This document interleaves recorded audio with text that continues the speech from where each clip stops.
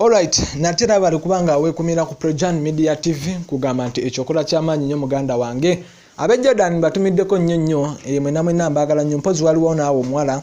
eyangambye nti no bane ntumiraako bane nkwagala nnyo nga bw'okiwulira okola omulimu gw'amaanyi okubanga olikinga no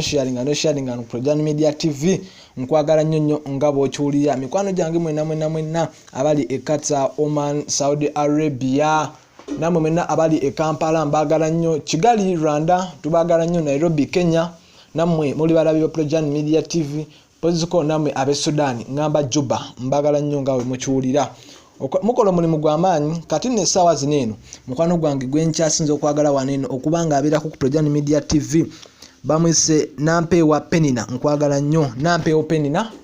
nkwagala kubanga okola omulimu gw'amaanyi gwakyasinze okubanga olikinga atenga no commenting ano Projan Media TV kakate saa zino eggulu erinina lenjagala okubanga nkutuusako olunaku olwaleero teddala kujja kolya musajja mukulu amanyiddwanga Edrisa Musuza Eddie Kenzo waffe wanene e Kampala kale esaa zino twogerera nga benakutegeeza ko Eddie Kenzo tali mu ggwanga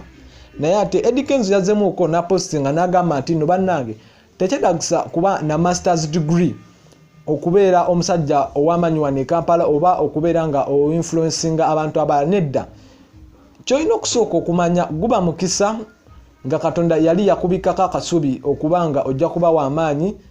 nze kati be bagamba ate munzireyo nsome simanya ku St. Lawrence University bampadde scholarship yaki setaaga scholarship yammwe kubanga ate nsoma okuba ne masters degree saagala bantu bangi nnyo abanjigiddeko ate okubanga banominate nze okubanga nze omu ku ba Africans abakyasinze okubanga ba influencinga abantu mu Africa yonna sayagala ne wakola just mukisa abantu abasinga tuba n'emikisa gyaffe egy'okubanga tulina okubanga twachivinga bintu bingi nnyo ate okubanga tuyigiriza abantu bangi nnyo abantu bangi balina okubanga batulabirako mikisa nakubanga twewaayo okubanga tusavinga eggwanga nze kati Eddie Kenzo esaa zineno wendi sijja kugamba abantu nino ndi bubi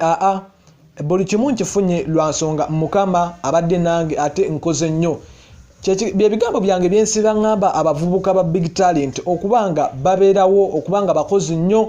bawa abantu abalala ekitiibwa ate nga baagaliza omanyi omuganda agamba yagaliza ofune ebigambo bye bambi byayogeddwa omuntu omukulu amanyiddwa nga Edrisa Musuza amanyiddwa nga Eddie Kenzo nga yagamba tajja kwetaaga masters degree okubanga influencing abantu bangi nnyo just kwagala kwa Katonda na kuba determine likinga followinga commentinga on Projan Media TV abate ne subscribinga nkusaba kindly subscribe on our YouTube channel mwebale nnyo mwebalire ddala.